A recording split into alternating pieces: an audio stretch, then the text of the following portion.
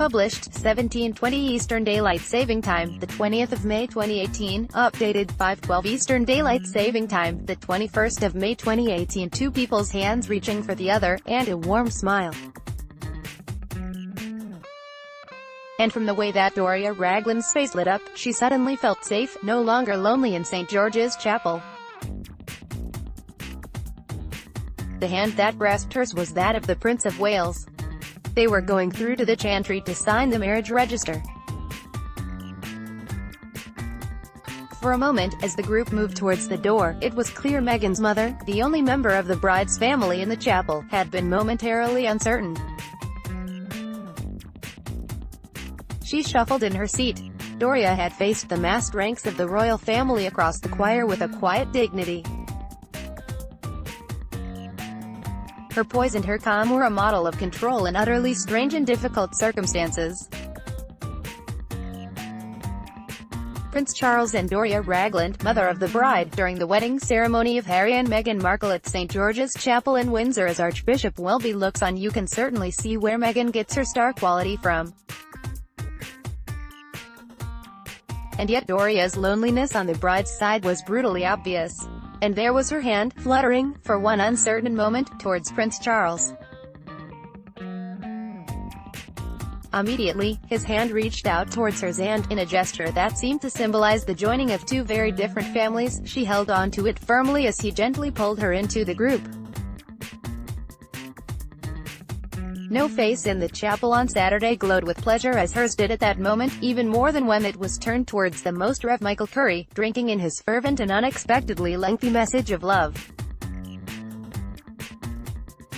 For her, there were tears, too, moments before her daughter entered through the west door to make her solitary progress halfway down the aisle to the top of the nave. Quickly, Doria controlled her emotions. Not easy for her. Indeed, nothing was easy for her last week. As she flew alone to Heathrow on an 11-hour flight from Los Angeles on Wednesday, family discord threatened to overshadow her daughter's big day.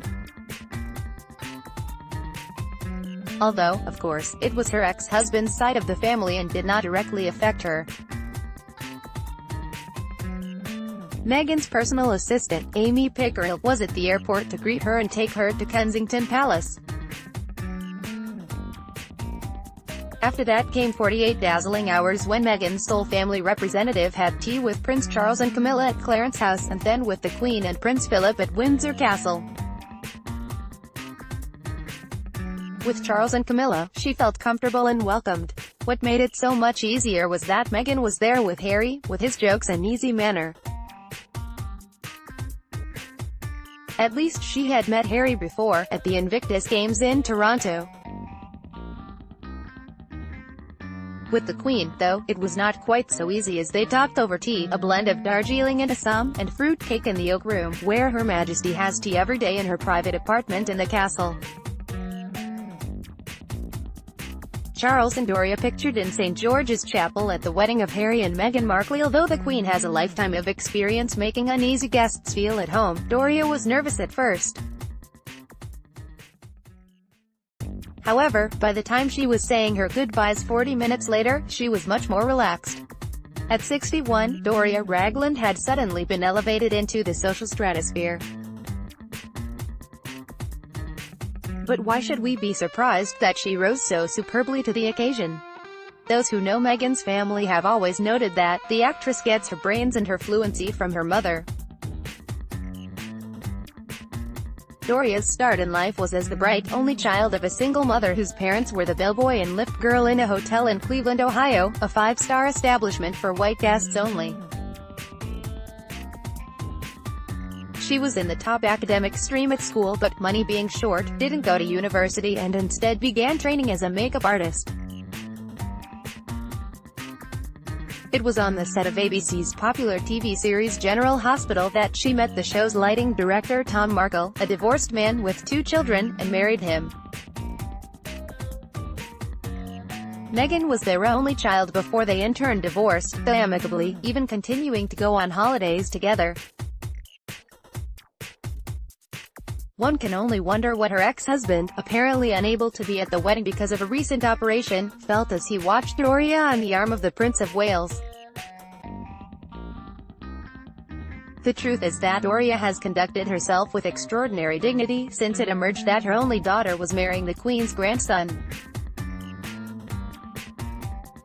Never an attention grabber, her work in Los Angeles as a yoga instructor and social worker, particularly among the elderly, has not allowed the excitement or the sudden spotlight to change anything about the way she goes about her life. Never for her the staged paparazzi pictures her ex-husband so foolishly allowed himself to do. No interviews.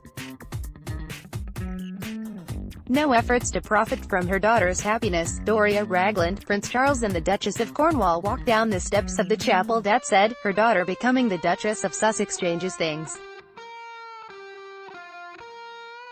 Being an in-law to the royal family hasn't meant too much to the parents of sons or daughters who have married into the firm. Traditionally, they would be welcomed by the royal family, share the wedding and then summarily be forgotten. For example, the mother of Mark Phillips, Princess Anne's first husband, complained that she and her husband were virtually ignored and never invited to anything by the palace. That attitude changed with the arrival of Kate Middleton. Even before she and Prince William married, her parents, Michael and Carol, were regularly extended invitations to royal homes. They have stayed as guests at Balmoral and Sandringham. William has insisted they are included in royal gatherings. They've been guests of the Queen at Royal Ascot, participating in the carriage drive down the course. Harry will want to go the same way, and for royal doors to be as open to Meghan's mum Doria as they are to the Middletons.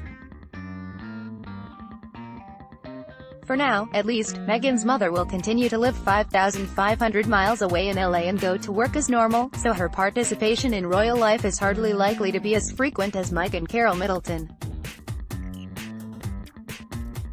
But judging by the way she linked arms with Prince Charles on the steps of the chapel, when those embossed invitations come, she'll certainly be able to handle it.